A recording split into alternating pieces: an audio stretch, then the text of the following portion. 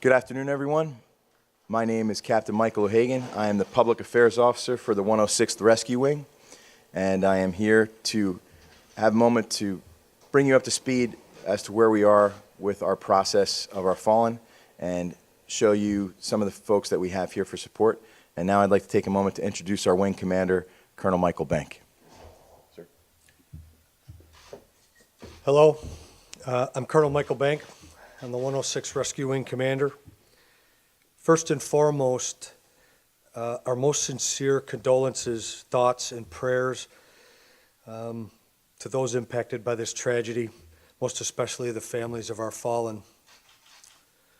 Our wing is devastated by the loss of these 4 men, fathers, husbands, friends among them, and patriots, one and all.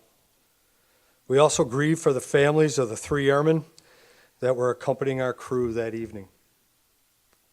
From the first flowers that arrived at our flagpole to every phone call and message of support from Westhampton Beach, Manhattan, coast to coast and around the world, our wing family thanks you for all on behalf of our fallen brothers. As you can imagine, the atmosphere inside the gates and among the wing here and abroad is one of thoughtfulness, care, and support as we do our best to be there for these families in every way we can. From the beginning to now, everyone has been working very hard to cover everything and doing all we can to look after these families with clear guidance from each family assistance representative from our ranks that is assigned to each family to let us know their wishes as this process moves forward. We ask everyone to please continue to respect the privacy of these families to allow them time to grieve. Thank you again to everyone for their continued thoughts, prayers, and support. With that, I'm going to call up Captain Michael O'Hagan to speak about some of the efforts in place to assist the families and introduce some of our professional staff we are so lucky to have in our wing. With that, Captain O'Hagan. Thank you, sir. So we're very fortunate at the 106 Rescue Wing. We have a dedicated staff of professionals that are here year-round through everything. So everything we do with a big network of support. And I'd say there's no doubt that every airman on the base knows and understands that these resources are available. There are multiple events throughout the year where we engage, and the professionals behind me are very much tuned in to our members, friendly with, know these people well, know the families well. So we're a very, very tight-knit community inside the 106 Rescue Wing. And as a guard unit, we're very, very entrenched in our community as well, in that many of us have a traditional role as a guardsman, and then we also, outside of the gates, hold a civilian job and are embedded in the communities where we live. So with that, I want to introduce Miss Lisa D'Agostino, who is our 106 Rescue Wing Airman Family and Readiness Program Manager. Lisa. Thank you, sir. Good afternoon, everyone. As Captain O'Hagan has said, my name is Lisa D'Agostino. I'm the 106 Rescue Wing Airman and Family Readiness Program Manager. My job is to ensure that I provide to our airmen and to our families up-to-date resources, education, support, and awareness to meet their specific needs. With that said, we will continue to provide immediate needs to our members and families, as well as long-term needs. This is an ongoing and will be an ongoing team effort by everyone here. Thank you. Thank you, Lisa. Next, I would like to call up Miss Melissa Macko, the 106 Rescue Wing Director of Psychological Health. Melissa? Good afternoon. I'm Melissa Macko. I am the Director of Psychological Health for the 106 Rescue Wing.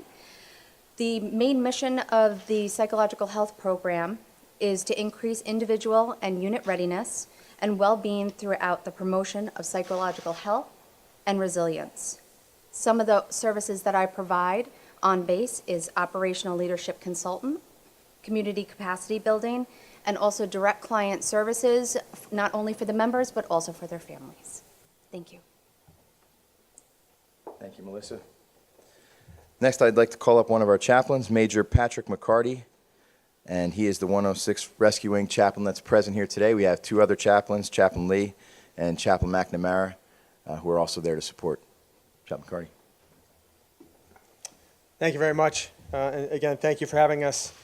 As Captain O'Hagan said, I am one of three chaplains at the base, and we have been there for quite a long time. Our mission is to provide spiritual care and to ensure that all airmen and their families have opportunities to exercise their constitutional right to free religion. And so we provide that spiritual care as necessary and as wanted, but we are chaplains to all of our members and provide the care that they need. So thank you very much.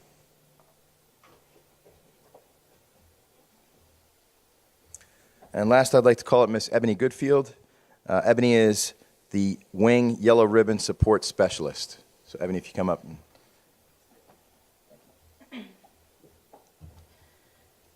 Good afternoon. My name is Ebony Goodfield. I am the Yellow Ribbon Support Specialist at the 106 Rescue Wing. The Yellow Ribbon Reintegration Program is a year-round program designed to aid service members throughout the deployment cycle. We host events for each deployment phase to give access to local resources and information. The 3 phases are pre, during, and post. We will continue to do this and provide a sense of togetherness through this. Thank you for your time.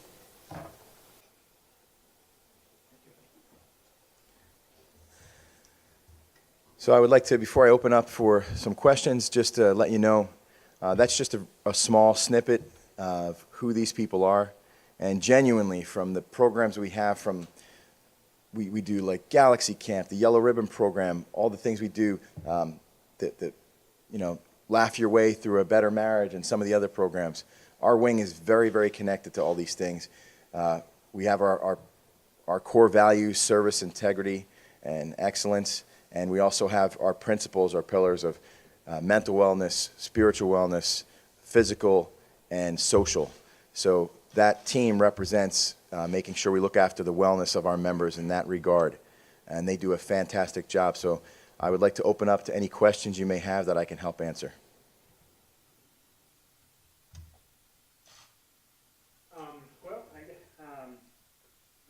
One, you had a yellow ribbon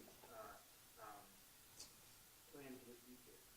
Is that going to go forward, and how might it be different? Yes, sir. So we do. We have yellow ribbon events throughout the year. There happens to be one this weekend, and obviously in context with everything that's going on, I'm sure the mood and the atmosphere will be much different just in the sense of what's going on. But the program and what's offered to the members will be the same, and I would imagine they're going to additionally plus up to have more people available for grievance counseling and just to be there for the members.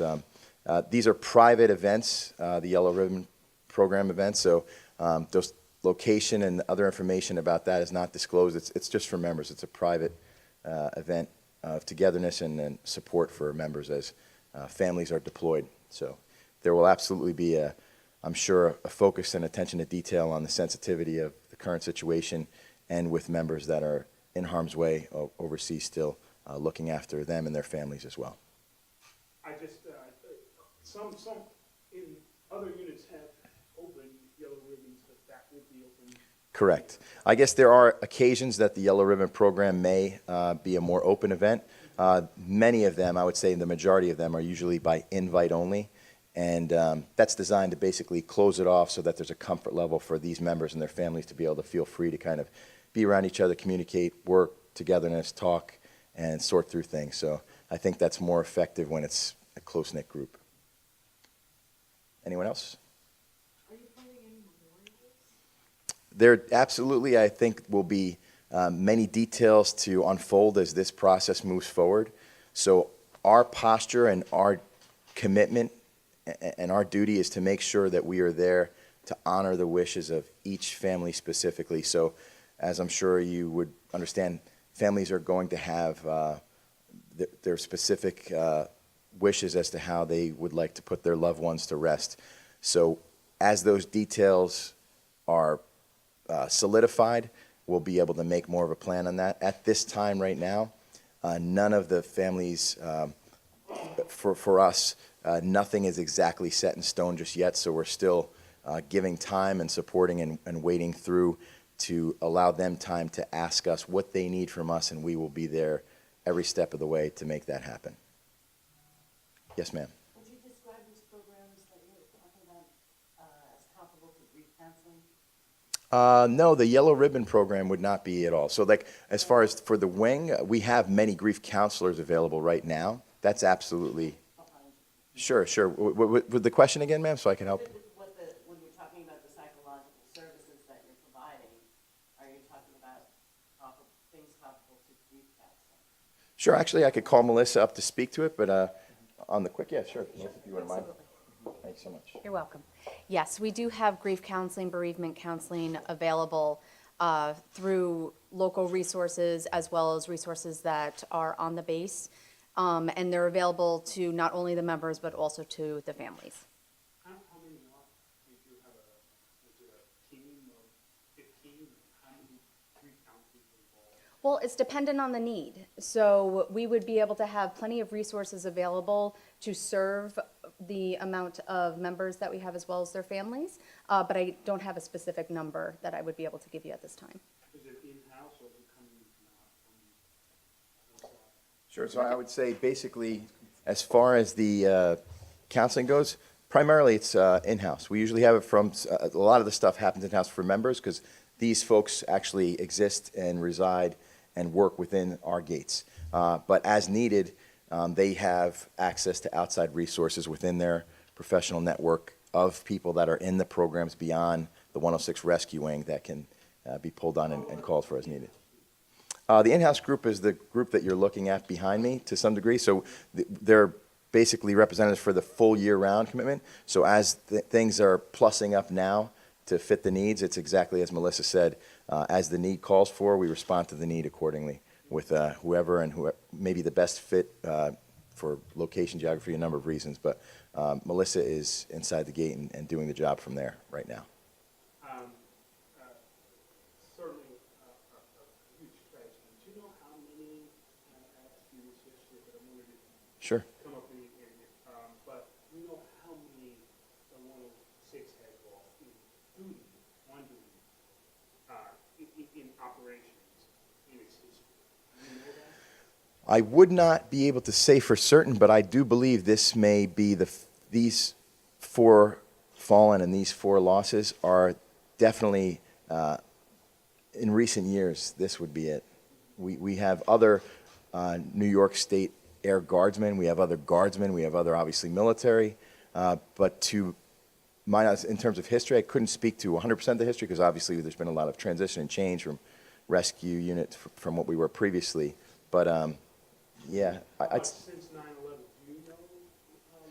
since 9/11, Since 9/11? since 9/11, we have not had a combat loss in the 106 rescuing. Anyone else?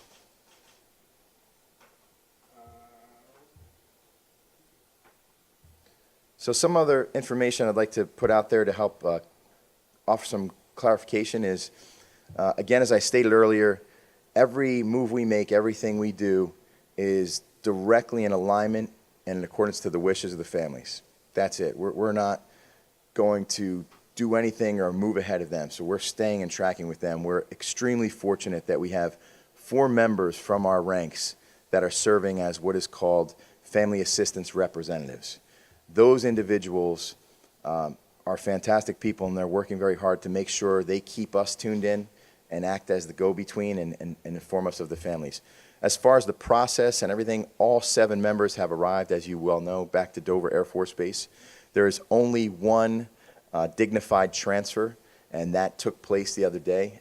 Any other movement is no longer called a dignified transfer. That would be something else. And as to the wishes of the families, as we said, unknown at this time how many of our members will be returning here to Long Island and what those specifics are. As far as a timeline that you can expect, that's also a little bit of an unknown for a few reasons, just as a hypothetical, not specific to these members, but speaking with some of the mortuary team. In the event, if you had a member that chose to say, have Arlington National Cemetery be their final resting place, that's a longer wait list to get there, so that could be possibly weeks for that to happen for families that go that route. So it's an unknown as it is developing. We will certainly keep you informed and help keep the community informed. A lot of people are out there that care very much for us and have been extremely supportive, and we want to make sure we let people know. Just the reality is we just do not have those details at this time. And the preparation of our fallen with dignity, honor, and respect is ongoing right now at this moment. That's what's taking place. And then as to the wishes of the family, when that process is finished for each member, and that's that could take as much as 7 to 10 days in some instances. As we find out and we get that information, we're going to do our best to meet the needs of the family. That's our goal. Yes, ma'am. So the family assistant representatives, they're the ones that are kind of walking the, moving people through what the steps of what they're talking about, how the transportation works? Yes, ma'am. They're our conduit. What their choices are in terms of where the volunteers Correct. are going to rest? They're there for literally everything for that family, from any small little item to like, hey, well, we could even take out the garbage or do this or that or help in any which way. There's nothing that these folks that they've been embedded and with these families, there to hold hands, there to grieve, cry, get support, assistance, phone calls, whatever they need. These guys are on it and they help out as best they can, and they've been fantastic, and the families have been fully supported. They're kind of our conduit to let us know, so we're not having so many people. It's just more one source that we can go through in between. And obviously on the leadership side of the house for the original notifications, we had our folks go out and speak to them. Colonel Bank, our other leadership chaplains made those calls. But at this stage of the game, we're taking a little bit of a step back to allow them to be a kind of single point of exchange of information, to not overload the families, allow them their privacy, give them time to grieve, but make sure that we're not missing out on any information or anything that they need us to know to help them out. And when you say calls, do you mean the chaplain? And The notification calls of upon. their homes? Yes, correct. Yes, ma'am. No, not a phone call. That's actually a visit. Yeah. Yeah. Notification. Notification is a visit. Not done by a phone call. Correct, yeah. Thank you for the correction, sir. So that's what I meant. I don't know if that was clear. Understood. Okay, so yeah, absolutely. Anything else that anyone has that I can help offer up some clarity? Two things. One, a couple of things. One, what reaction from the community have you had, and what do you want the community to do? Sure. So I'm actually very grateful for that question. The reaction from the community has been overwhelming, genuinely overwhelming. From, as Colonel Banks said, the first show of flowers that arrived at the flagpole, I think that for many of us, that was just like, in some ways, the sweetest gesture, and in another way, it hit like a baseball bat to the reality of what transpired. And it just was a very, very heavy hit, and it's also sobering and heartwarming to see how many people, as we transited from Dover Air Force Base back to New York, just the amount of half-staff flags and people that were dialed in and knew what was going on or offered words of encouragement or support in the way of phone calls, messages. Our social media space has blown up, and that's a very important aspect that I want to make sure I bring up, because a lot of folks are wondering and asking how they can help, and there have been some fantastic resources and organizations, folks out there are doing some great things. Our social media has a link to one site in particular that has a bunch of information, but there's many out there you'll be able to find as you look around that are doing some really great things, and we're trying to hopefully get people in touch with folks that are trying to help, and there are many, as I said. So our 106 Facebook page is a great place to check in for anyone out there wishing to help and looking for a way that they can assist. Are there things specifically, oftentimes help will come in the chaotic form? Correct. So to your example, I mean, help coming in a chaotic form, very well intended, we've had an overwhelming amount of food, say, right? So that it's to the point that we're trying to organize the effort of forecasting that forward to that we can, space that out within our own wing family. So there are a number of things off the top of my head. I'd say probably our social media space is going to be one of the best avenues to learn more about things that are appropriate and things that can, be of genuine assistance to the family, or just ways to, be informed as to this process as it moves forward. Anything else? Okay. Thank you so much for your time, and again, appreciate everyone's support. Thank you.